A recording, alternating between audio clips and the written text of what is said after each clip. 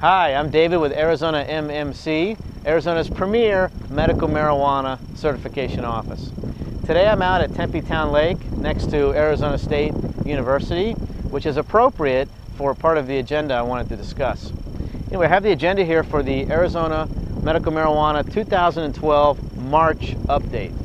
Number one on the list is the statistics. And I mention those every month, and things are humming along on the medical marijuana card side at 22,000 now approximately is what the state has given out. That program has been humming along since April 14th of 2011. We're almost a year in. So at the year point, we'd probably be around 25,000, which I think is a good clip. Not too much, not too little. 99% plus of applicants get approved. And the rest either need more information or they just get flat out denied, but it's not that many. There's about 1,800 caregivers now, which are licensed, and they are allowed to grow for medical cannabis for other patients. 87%. That's the amount of patients who have chronic pain as their diagnosis on the certification sheet. Now, that's a catch-all, right? There's a ton of diagnoses that go into chronic pain. It might be really, really bad rheumatoid arthritis or multiple failed back surgeries, things like that. So when you look at the other diagnoses, such as cancer, HIV, actually nausea and vomiting is at about 15%, severe there. And then but the others are around 2 to 5% each, okay? The other number on here is 84%. That's the amount of people who have checked the box that they want to grow their own marijuana. So that will have to change when dispensaries come into place, and that's actually next on the agenda here. Dispensaries are coming, and they may come as early as the summer, but most likely in the fall. And what will happen is, as a dispensary opens, anybody within 25 miles of the dispensary will not be allowed to grow medical cannabis anymore. That includes either caregivers or patients who are growing for themselves.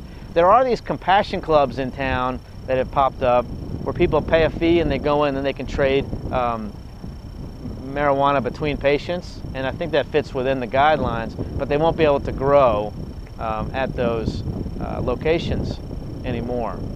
So there's a lawsuit now disputing that, but it is part of the law. I think it'd be tough to change it. So next on the list is, I just mentioned some lawsuits. 25-mile rule, which is what I was talking about.